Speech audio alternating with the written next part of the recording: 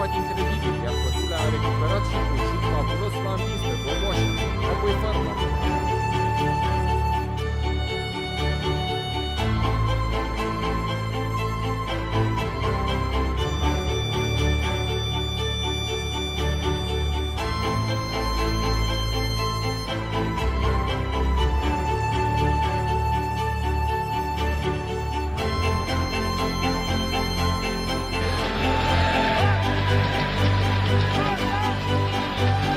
Stoica trebuie să fie atent, Drăghia și este gol! Ce eroare!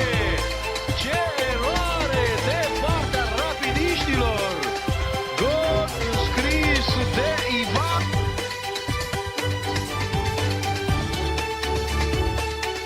Coconașu, Butoi, același Coconașu, e urmărit de Lazea. Berti pentru Crețu, liber în flancul stâng, Butoi așteaptă care Berti, gol pentru Farul, gol spectaculos, Nicola Berti, scrie în minutul 61.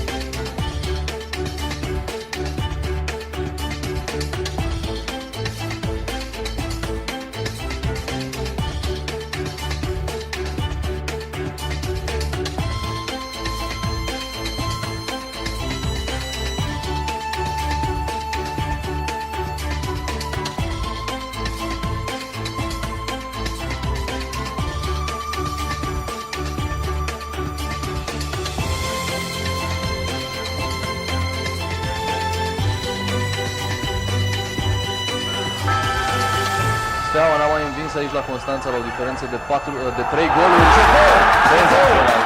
Ce gol!